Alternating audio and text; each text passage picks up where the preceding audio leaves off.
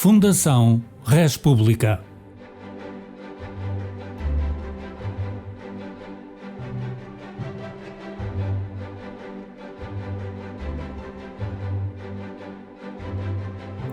A esta primeira série de podcasts chamamos Entre Idades. Com ela procuramos cruzar ideias e opiniões de protagonistas que viveram ou influenciaram em momentos diferentes a história da nossa democracia do abril de 1974 até hoje. Venha daí connosco.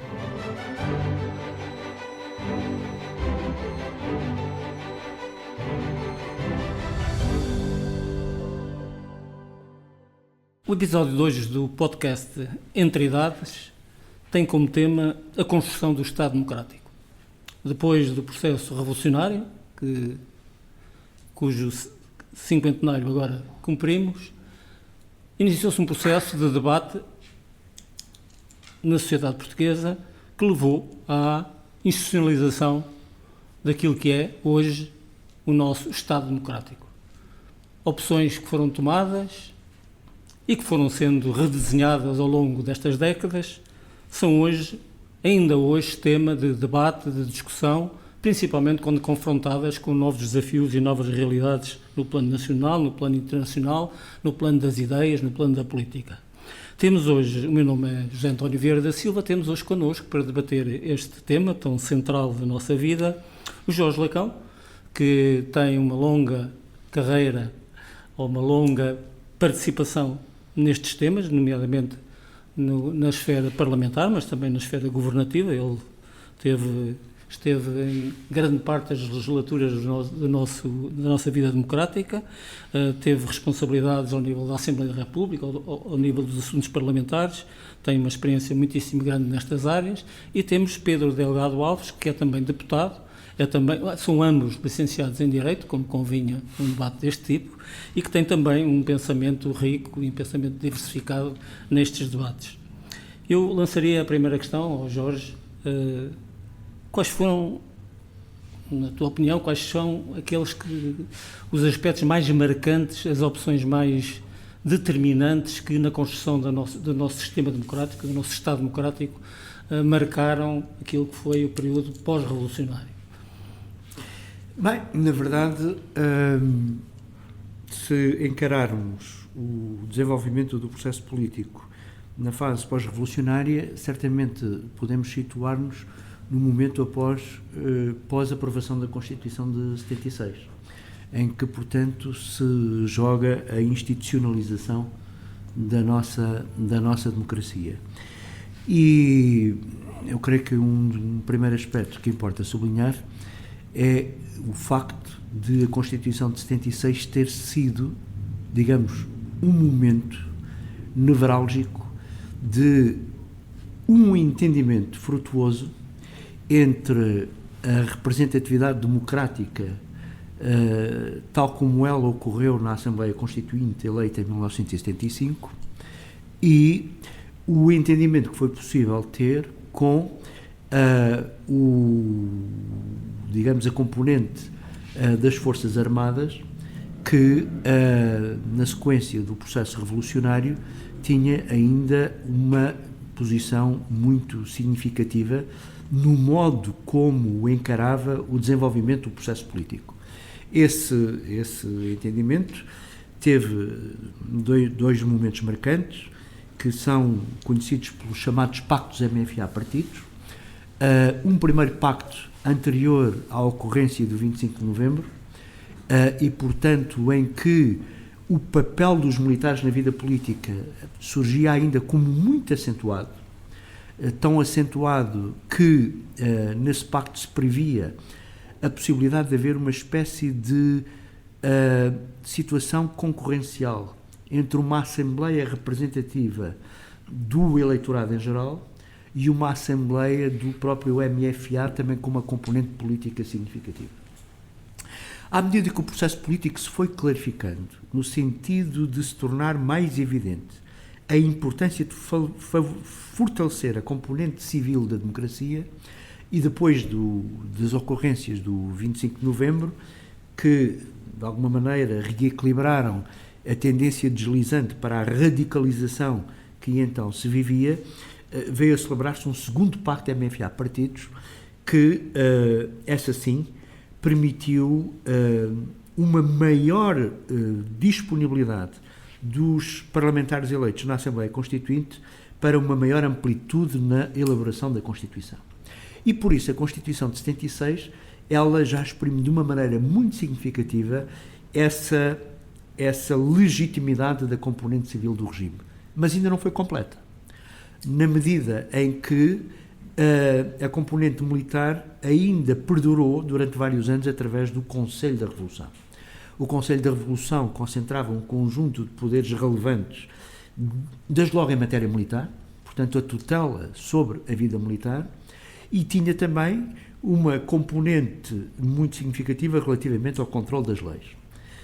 Nessa parte, fazendo, digamos, uma cooperação de competências com o Presidente da República. Vivemos, portanto, esta fase de transição numa lógica compromissória. E essa fase de transição, nos termos da própria Constituição, carecia de ser revista quando, passado um certo número de anos, viesse a ocorrer a primeira revisão constitucional.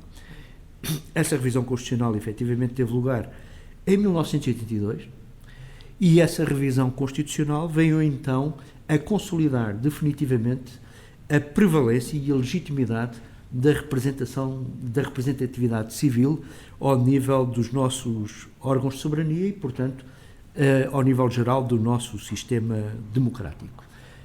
Olhando para trás, e com isto não queria agora prolongar-me no tempo esta minha elucubração, mas olhando para trás, tudo pode parecer muito fácil e tudo pode parecer que aconteceu assim porque tinha que acontecer assim.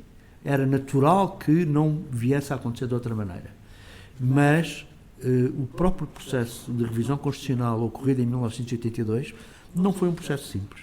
Foi um processo bastante polémico à altura e implicou uma força de orientação muito significativa da parte dos partidos políticos que mais se comprometeram nesse processo de revisão constitucional, a saber, o partido que naquela circunstância era maioritário, que era o PSD, que estava no governo, e o próprio Partido Socialista, liderado pelo Secretário-Geral, Mário Soares. Naturalmente eu poderia desenvolver um pouco mais este tópico, mas para não ser agora excessivo, ficava aqui por este ponto de situação. Pedro, o que é que hoje nós ainda vivemos que seja fortemente marcado pelas opções constitucionais de 76 e da revisão de 82? Bom, em primeiro lugar, se calhar, para além da dimensão institucional, eu acho que é exatamente o ponto, é esta soma de 76 até do que se decide em 76 e depois do que se afina em 82 no fim do período de transição que estabelece o quadro das instituições e, portanto, sem prejuízo depois, se calhar, trocarmos impressões mais à frente sobre as melhorias pontuais que o sistema foi recebendo ao longo dos anos, na maior abertura, na revisitação de algumas destas instituições, mas eu, enfim, até para não repetir, acrescentava uma outra dimensão que eu também acho que é importante, que é a dimensão dos direitos fundamentais. Eu acho que o que é inovador, até relativamente ao regime anterior e até na tradição constitucional anterior, é de facto a democracia de Abril ser uma democracia de direitos fundamentais e de percepção por parte dos cidadãos que têm de facto direitos uns perante os outros, perante o Estado, e têm que ter ferramentas para poder exercê-los. Eu acho que em 82 o aparecimento do Tribunal Constitucional, enfim, no plano institucional simboliza isto, de alguma maneira passamos a ter um tribunal que é o guardião da Constituição e o faz através da interpretação da Constituição e da interpretação das leis, mas também no dia-a-dia a apropriação dos direitos por parte dos cidadãos vai buscar também muito ao debate entre 76 e 82. Sendo que, curiosamente, esta é a parte que foi mais consensual e mais pacífica na Constituinte e mais pacífica entre os constituintes. Onde havia divergências era no modelo político, na forma de superar ou de gerir a tutela militar até 82, mas vendo as votações na Assembleia Constituinte, o que é também interessante é que, deixando de lado os direitos económicos, sociais e culturais, que têm uma carga ideológica marcada e em que, de alguma maneira, os consensos fazem mais à esquerda, muito transversalmente a Constituição Portuguesa por causa da data em que foi aprovada e do que beneficiou das experiências de outras Constituições, um texto com um catálogo de direitos fundamentais muito moderno, muito rico, muito pioneiro em alguns aspectos. Hoje, a centralidade do direito ao ambiente, por exemplo, é reconhecida, vai sendo reconhecida em muitas constituições. Nós até, de forma precoce, a temos logo. É verdade, é uma Constituição dos anos 70, portanto o tema estava a surgir, mas surge no texto constitucional e, portanto, ele tem essa vantagem de ser um texto também, por essa razão, mais moderno e mais próximo das declarações de direitos que viriam a seguir. E, de alguma forma, uma sociedade que se mobilizou, que se libertou da ditadura, quando se institucionaliza democraticamente, também tem esta componente, tem esta dimensão. Depois tem a ver também com muitas outras instituições, com o Provedor de Justiça, enquanto instituição, também essa verdadeiramente, se quisermos, completamente inovadora na nossa tradição constitucional, portanto, uma figura desenhada para ser o protetor dos cidadãos perante a administração pública na defesa dos seus direitos fundamentais e, portanto, gradualmente aprimorados ao longo dos anos. Eu acho que todos os catálogos, ou melhor, todas as revisões constitucionais, praticamente aquelas que mexeram de forma mais abrangente em matéria de direitos fundamentais e na Constituição, todas acrescentaram qualquer coisa, todas lhe trouxeram uma camada adicional de atualização. Eu costumo até sublinhar que, apesar de tudo, nós estamos a viver o maior período de estabilidade constitucional de que há memória. A última revisão constitucional foi em 2005, vai quase fazer 20 anos sem mexermos na Constituição, o que não só é um recorde para o atual regime, como até eu depois estive a ver, o período mais longo do que este na nossa história constitucional sem mudanças na Constituição no século XIX, entre 1852 e 1885, quando também não houve nenhuma alteração, mudança de Constituição, a revisão constitucional, portanto, já estamos em segundo lugar, se quisermos, nesse campeonato de estabilidade, porque tem esta dimensão de direitos fundamentais, mas e agora, e para terminar, e indo ao encontro das reflexões mais institucionais, de alguma maneira as revisões constitucionais foram deixando alguma margem de manobra para depois o legislador, se quisesse fazer reformas no sistema político, as poder fazer. O que é facto é que não as fez. Portanto, era só o meu ponto. Antes de chegar, ficou essa abertura, eu não entrei por aí, mas ficou essa abertura para nas autarquias locais, no sistema eleitoral, na participação.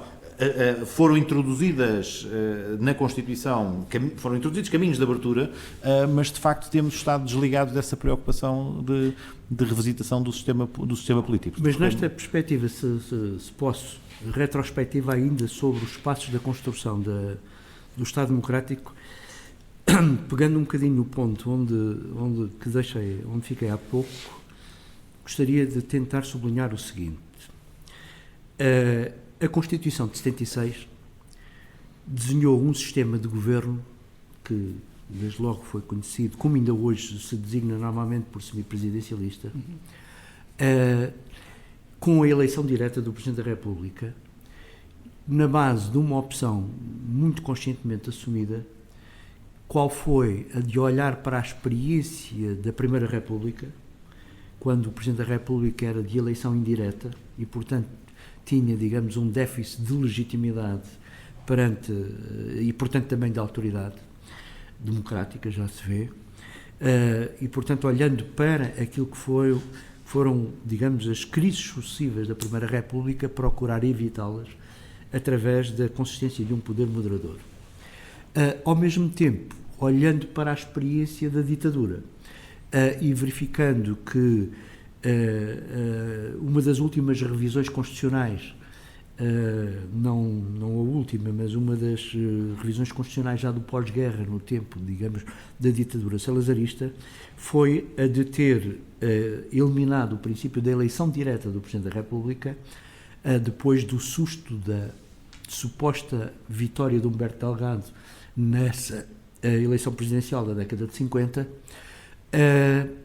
e, a partir daí, a eleição do Presidente da República passou a ser uma forma de eleição indireta. A Constituição de 76, por contraste, e até por homenagem àquilo que foi esse momento fortíssimo da oposição à ditadura, optou, e bem, pela eleição direta do Presidente da República. E o sistema semipresidencialista foi então concebido na Constituição de 76 numa lógica em que o Governo tinha uma dupla dependência. Uma dependência perante o Presidente da República e uma dependência perante a Assembleia da República. Ocorre que a prática de sistema de governo, logo a seguir às primeiras eleições legislativas, não foi feliz, porque a tensão constante que nesses anos se viveram entre a pretensão do Presidente da República ter, digamos, uma capacidade de orientação relativamente à função governativa e a posição que os governos assumiram de considerar que isso invadia a sua esfera de autonomia própria, levou a que essa tensão acabasse por ser clarificada na revisão constitucional de 1982, a tal primeira revisão. E foi clarificada no sentido de reforçar a componente parlamentar do sistema de governo. Na medida em que o governo deixou de responder politicamente perante o Presidente da República, para politicamente responder sim perante o Parlamento. E, portanto, com isto, o que a Constituição Revista pretendeu aclarar é que o Presidente da República, na sua função moderadora, não tinha uma função de orientação executiva sobre os governos.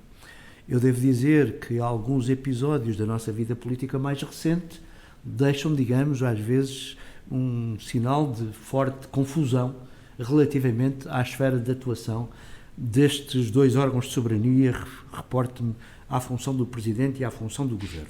Mas, passando por cima disto, esta clarificação, a meu ver, foi muito importante para tornar claro que a componente parlamentar do nosso sistema é fulcral na estruturação daquilo que nós tradicionalmente designamos, e bem, como uma democracia pluralista.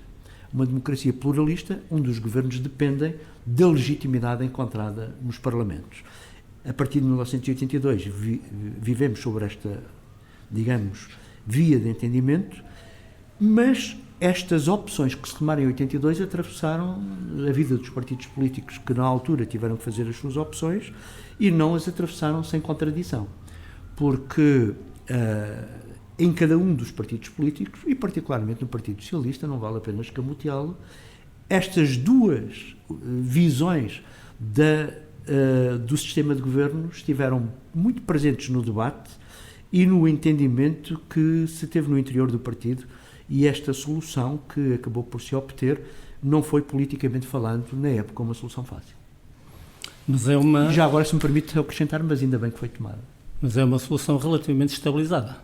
Eu acho que ela tem tido criatividade de interpretação por parte de alguns seus agentes, especialmente em anos mais recentes, mas mesmo assim, no comparativo com outros sistemas que também optaram pela via semipresidencial, nós temos poucos momentos em que o sistema é um fator de crise ou um fator de dúvida, mesmo em relação às instituições em geral, mesmo as instituições como o sistema eleitoral ou outras, apesar de se falar muitas vezes da reforma do sistema eleitoral, nós temos a vantagem de, em 40, 50 anos já quase, de sistema eleitoral, ele ter passado os testes todos de stress que podia ter tido. Nunca tivemos um problema de legitimidade eleitoral ou de dúvidas quanto ao resultado eleitoral, ou mesmo quando em eleições muito renhidas, muito próximas, a fraude eleitoral ou questões como estas hoje que surgem em uma série de países e são puxadas para o debate público pelas forças mais extremistas, nós temos estado razoavelmente imunes em relação a elas, porque, por exemplo, construímos uma administração eleitoral muito robusta desde o início. Acho que provavelmente vacinados com 48 anos de ditadura e de fraudes sucessivas nas eleições, nós até construímos num espaço rapidíssimo de tempo um modelo eficaz de recenseamento eleitoral, um modelo cidadão de organização de atos eleitorais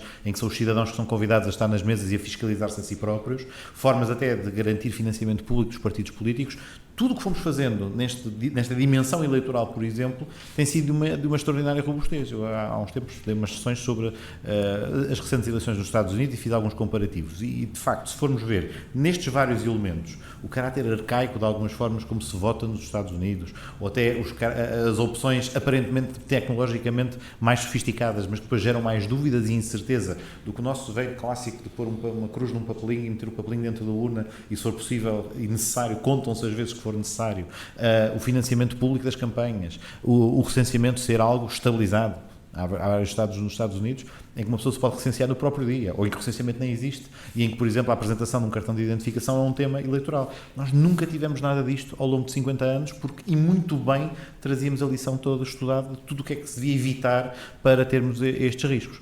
Na parte propriamente de sistema de governo, a nossa variedade na matriz do semipresidencialismo tem mais a ver com os resultados eleitorais e com o que eles foram apresentando. De alguma maneira ele foi mais monótono até 2015, e quando digo mais monótono, as soluções eram mais evidentes a partir do resultado eleitoral, e portanto a grande comoção que o sistema teve sobre, a grande discussão que houve, talvez houve duas grandes discussões em termos de como é que se interpreta o nosso sistema de governo. Uma foi em 2004, a outra foi em 2015.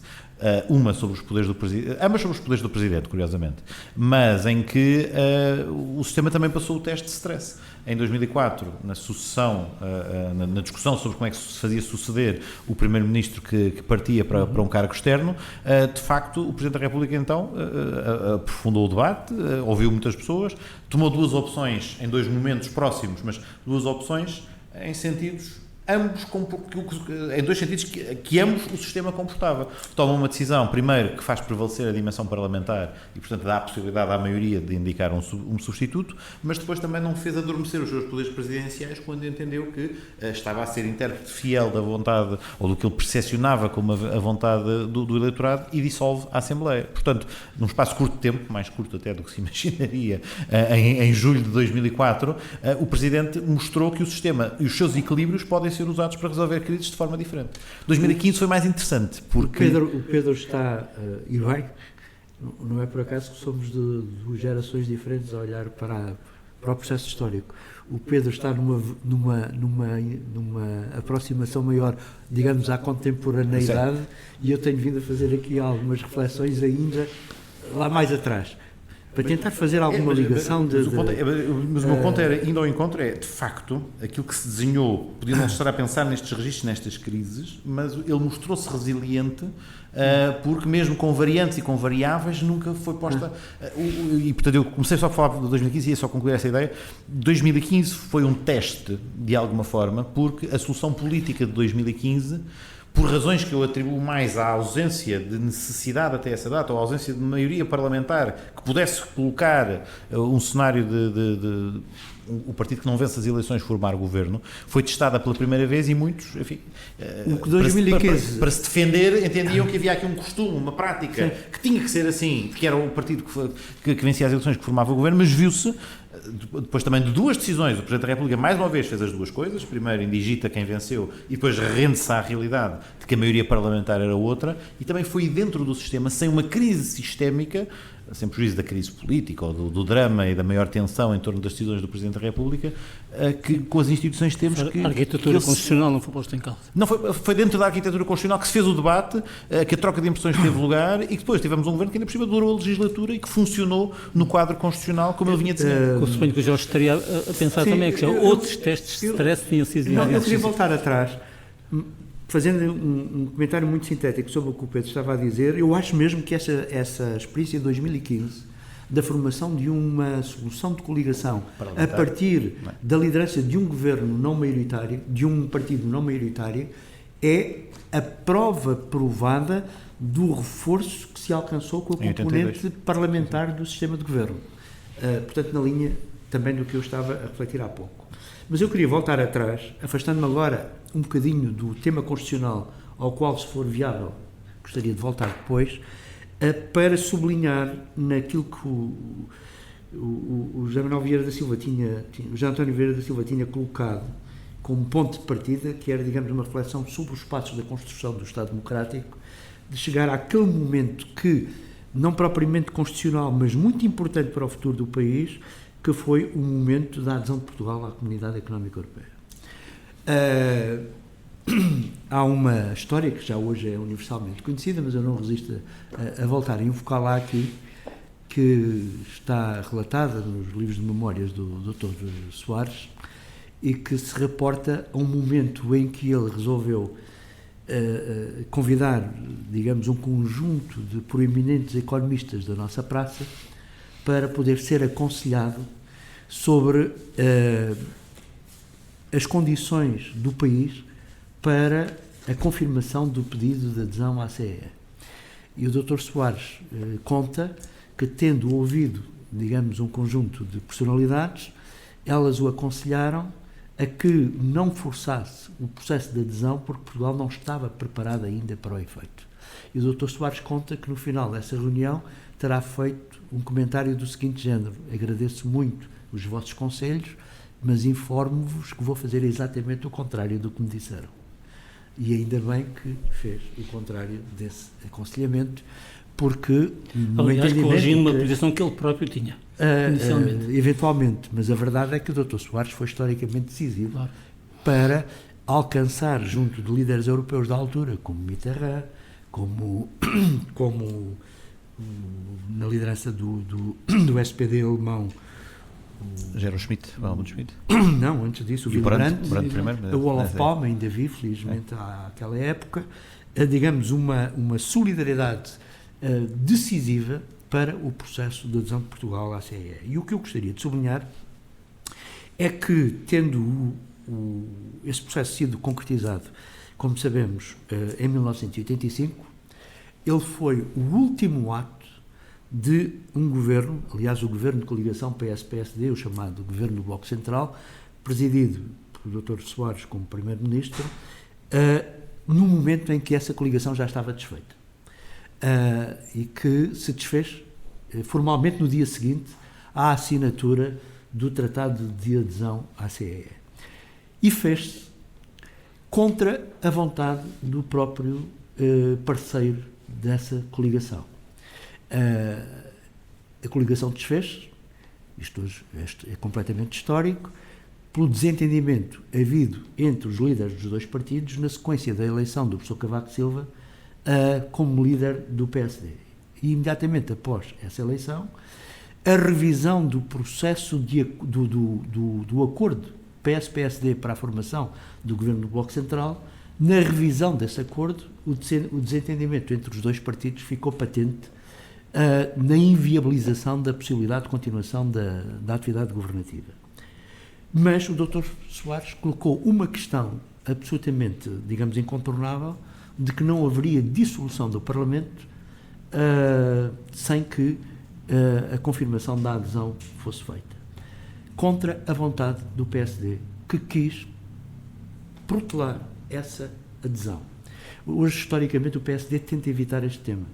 E quando confrontado com isto, chega mesmo a insinuar de que isso não terá sido bem assim. Foi completamente assim, de tal maneira que há documentos daquela época, do processo negocial entre os dois partidos, onde o PSD tinha como cláusula o adiamento da adesão à CEE na data em que ela efetivamente se confirmou. E esse momento, Cavaco Silva era economista, portanto. E esse momento, lá está, talvez por isso. Ou talvez este meu comentário possa ser agora um pouco cínico, mas não deixarei de o formular, talvez porque não tenha podido ficar na fotografia desse momento. E esse momento foi histórico também para o futuro do país e acho que fundamental para a construção do Estado Democrático. E as memórias também sublinham que nessa fotografia também teve que se encaixar o Vice-Primeiro-Ministro para assinar o tratado que não estava previsto e, portanto, mesmo essa fotografia, houve uma boleia final de última hora. Porque não foi à toa que eu fiz este comentário. Mas já não cabia quem estava fora. Mas isto para dizer que esse momento foi marcante para estabelecer o cosmopolitismo da sociedade portuguesa e do país no contexto europeu, sobretudo depois do encerramento da fase colonial.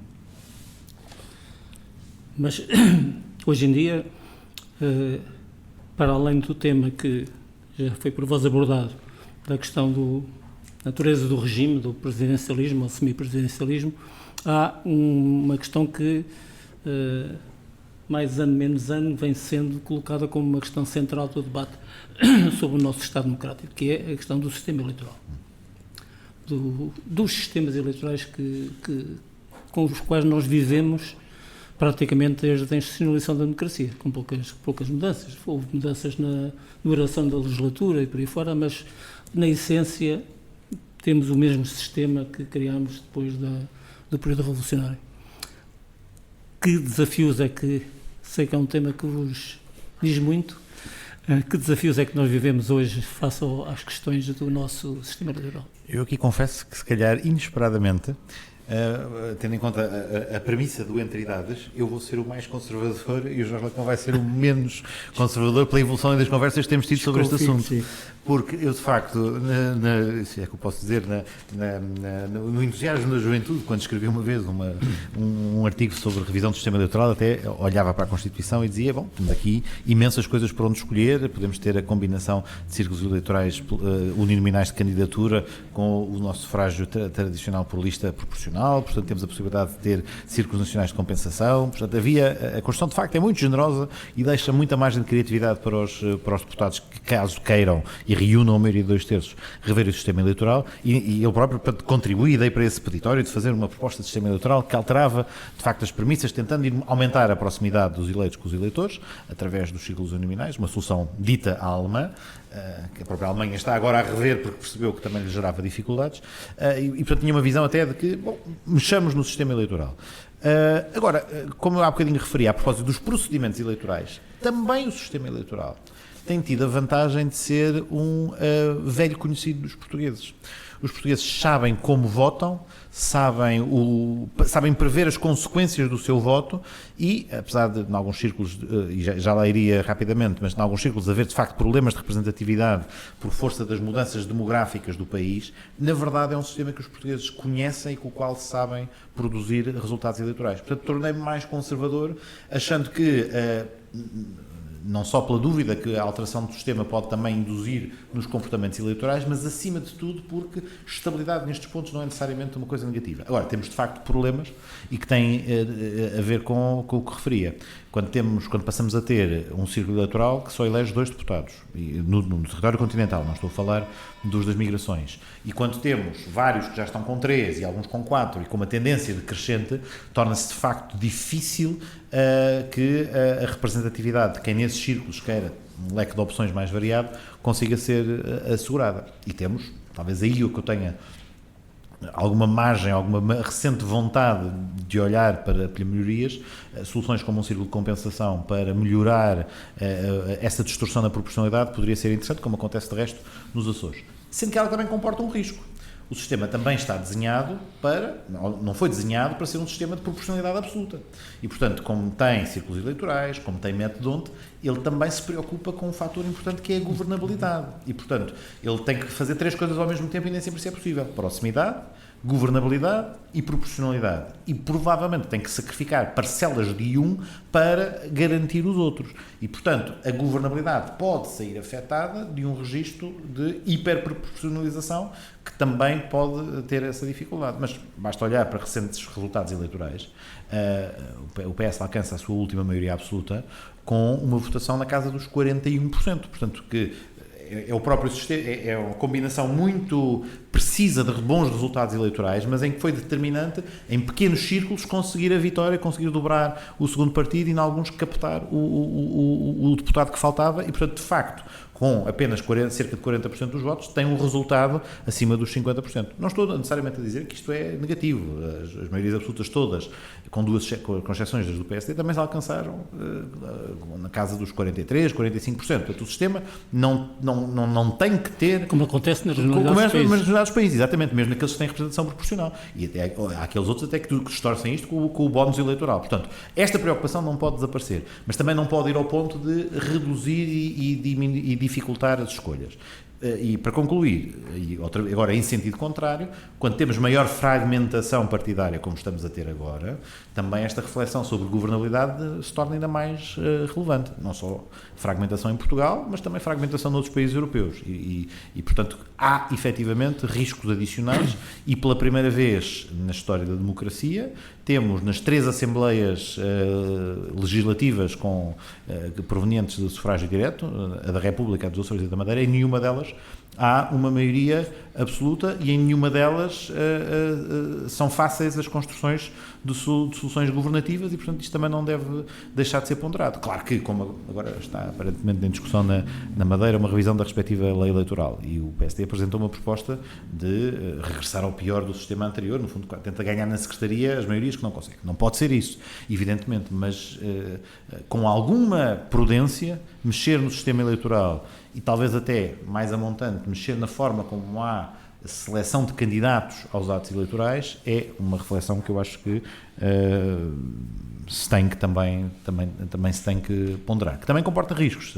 Mais uma vez, já estou a abusar agora do tempo, mas o que vemos em sistemas eleitorais, em que, por exemplo, o eleitor tem a possibilidade de reordenar a lista, reorganizá-la e ter mais margem, gera-se competição eleitoral dentro das próprias listas, o que suscita riscos de fracionamento interno e riscos também, ou dúvidas também, ao nível do próprio financiamento das campanhas. Apesar de tudo, o nosso modelo, conservador que é, tem boas balizas quanto também à identificação de como é que uma campanha se desenvolve e quais os objetivos de uma campanha e como é que elas se financiam e, portanto, temos que também estar preparados para convocar este resto deste debate, caso se opte para o que também está muito no debate público recentemente, de listas abertas, por exemplo, como alternativa. Há 3 pontos. Contraditório. Há 3 pontos que o Pedro referiu, com os quais é fácil estar de acordo. Que é, um sistema eleitoral tem que gerar confiança, um sistema eleitoral tem que assegurar representatividade, numa democracia pluralista, já se vê, e um sistema eleitoral deve procurar criar condições de governabilidade. Agora, dito isto, eu queria excluir da reflexão o debate académico, tal como muitas vezes o debate académico é feito, que é, digamos, uma especulação sobre todos e cada um dos modelos possíveis. E quando entramos nesse melting pot, dificilmente depois há possibilidade de um entendimento político consolidado. Portanto, eu vou cingir a minha reflexão àquilo que é politicamente viável no contexto português. Aquilo que é politicamente viável no contexto português não são N sistemas possíveis, em tese. É aquele que a Constituição permite a partir da revisão constitucional de 1997. E então, que sistema é esse? É, para simplificar, um sistema misto. É um sistema que continua a garantir a representatividade proporcional tal como existe hoje, portanto, não a distorcendo, e que, portanto, relativamente ao índice de proporcionalidade, pode ser ajustado, não comprometendo nem para mais nem para menos o índice de proporcionalidade atual, e com isso representatividade e governabilidade ficam equilibrados no mesmo ponto em que hoje se encontram, mas depois vem o problema, digamos, de alguma maneira, da representatividade quando se liga à confiança. Eu não creio que um sistema representativo possa ser um sistema apreciado pelos eleitores na faceta que se traduza por uma abstração. Os eleitores votam em pessoas. E ao votarem em pessoas, o elo de relação entre o eleito e o eleitor deve ser um dado permanentemente a ter em conta. Porque é aí que se estabelece o elo de confiança possível e é aí que se estabelece também a responsabilidade do eleito perante o eleitor, responsabilidade política, já se vê, e é aí que se estabelece também, ou não, a possibilidade de o representante, neste caso o deputado eleito, poder exercer o seu mandato com autoridade suficiente enquanto representante popular. Ora, o nosso sistema, a meu ver, nestes aspectos, falha. Falha porque não permite essa ligação mais próxima, não permite essa maior, digamos, componente de autoridade do eleito e, portanto, o que nós estamos hoje a viver é um sistema de democracia de partidos. Pode haver quem ache que esse é o sistema ideal, eu sinceramente não acho. Não acho que, quando a Constituição diz que a sede da soberania representativa é o Parlamento, depois a sociologia política nos diga que é a sede do diretório partidário e não propriamente o Parlamento. E, portanto, nesta situação é preciso, a meu ver, fazer um esforço de aproximação. Ora, reportando-me outra vez à revisão constitucional, neste caso, a que ocorreu em 1997, creio que há bocadinho me enganei e disse 1987, em 1997, essa revisão constitucional permite fazer o quê? Permite que no quadro de um círculo plurinominal, que normalmente, digamos, pode equivaler aos tradicionais distritos, embora hoje essa figura legal seja ultrapassada, mas não para efeitos de círculos eleitorais, essas candidaturas serem apresentadas com o enquadramento plurinominal que hoje têm, mas depois serem desdobradas os mesmos candidatos em círculos uninominais de candidatura, o que permite fazer uma aproximação territorial maior de cada candidato aos respectivos espaços territoriais. E uma vez apurado proporcionalmente o número de mandatos que cada lista concorrente obtenha naquele círculo, a distribuição dos deputados eleitos faz-se em função dos resultados obtidos nas circunscrições territoriais. Isto que eu digo desta maneira, em abstrato, pode parecer um bocadinho confuso. Do ponto de vista daquilo que o Pedro dizia há bocadinho e com o que eu estou de acordo, não se deve procurar não, introduzir um fator de complexificação para o eleitor. Devo dizer que o eleitor neste sistema vota exatamente como vota hoje. A diferença é que ele, ao votar hoje, então nos círculos maiores, isso é totalmente evidente, vota em abstrações, praticamente não sabem quem está a votar.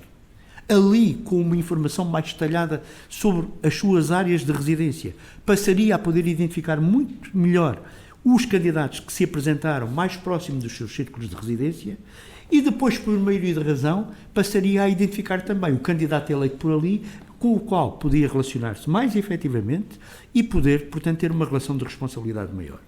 Como isto não foi construído, podendo ser construído, portanto, sem introduzir maior grau de complexidade no processo de votação, mas traduzindo aqui uma maior, reforço de posição por parte dos eleitos, nós temos hoje um problema, a meu ver. É o problema da seleção dos candidatos, tal como é feita hoje pelos diretores partidários. A mim choca-me, a minha experiência partidária, devo dizer que me choca. Choca-me que de cada vez que passamos de uma legislatura para a legislatura, o critério de seleção dos candidatos seja muitas vezes feita em função do grau de proximidade de cada um à direção partidária do momento, do que propriamente em função e das regras e, dos modos de legitimação interna do aparelho partidário, mas levando muito menos em conta, a real competência daquele parlamentar, tal como ela se exprimiu durante o exercício do seu mandato.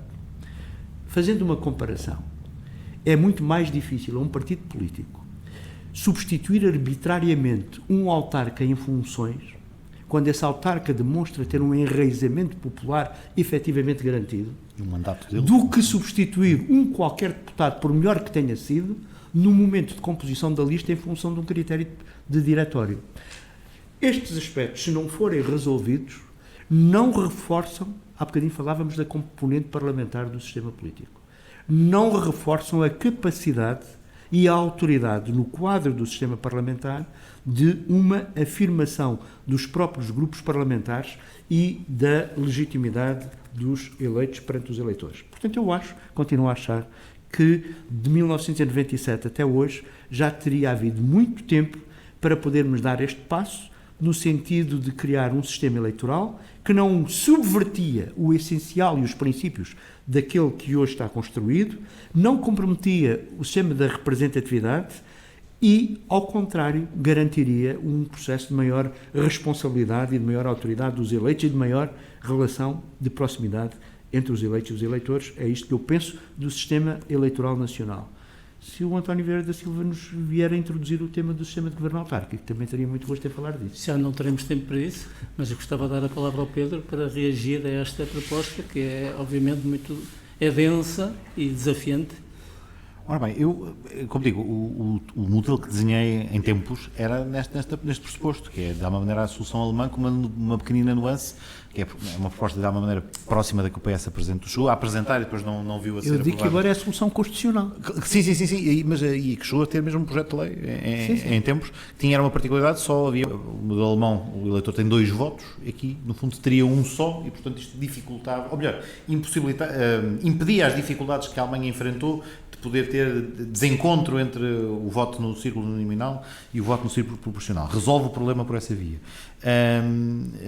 E, portanto, um modelo tal como este, a única reserva que hoje pode continuar a ser apontada é, de facto, porque pode potencialmente criar 2 legitimidades diferentes dentro do Parlamento. Ou seja, o deputado que é titular de um mandato num círculo uninominal e que aparentemente presta contas mais diretamente perante o seu eleitorado, e aquele que, no limite, sendo eleito pela lista, estaria mais próximo de ser uma representação mais orgânica, mais difusa e, portanto, não tem essa ligação. Mas não acho que isto seja dilemático. A Alemanha tem o mesmo sistema eleitoral há anos e nunca se confrontou com esta dificuldade, e nós até tivemos episódios mais caricatos de deputados a votar autonomamente e a ser decisivos em momentos de votações sem ter este sistema do que na Alemanha. Ou seja, às vezes esta ideia de que pode haver, isto potencia deputados limianos, salvo seja, não é necessariamente assim. E cá temos o risco do caciquismo, que muitas vezes se fala neste sistema, se me permite interromper, não existe por uma razão.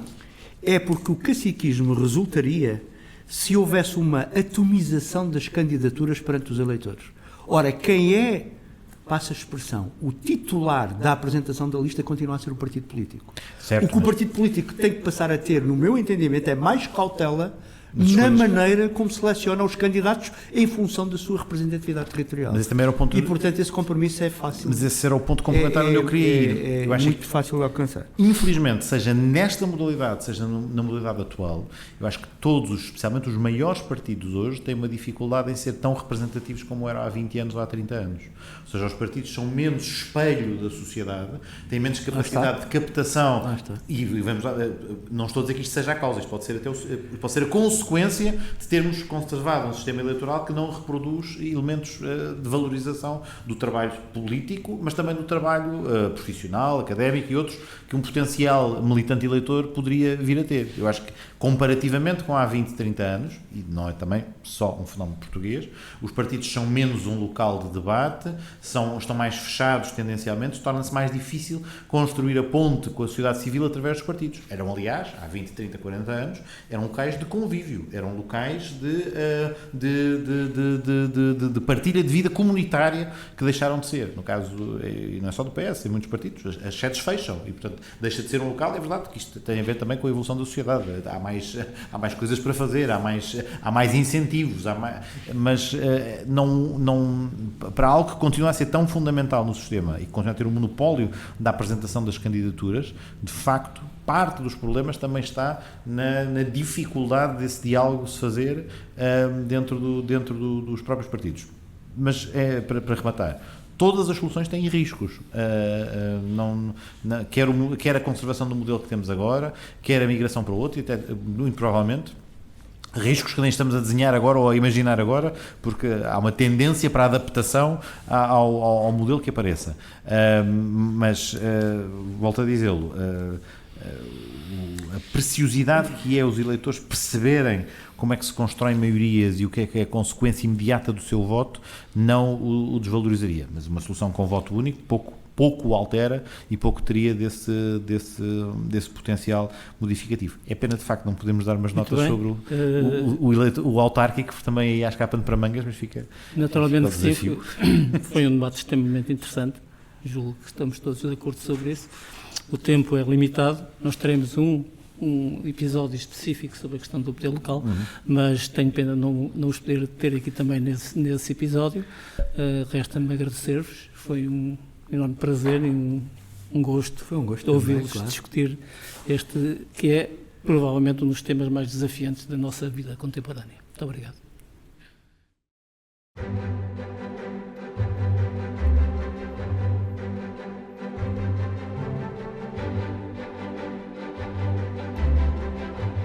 A Fundação Res Pública é uma instituição dedicada ao pensamento político e às políticas públicas. À luz dos seus estatutos, inspira-se nos valores e princípios da liberdade, da igualdade, da justiça, da fraternidade, da dignidade e dos direitos humanos.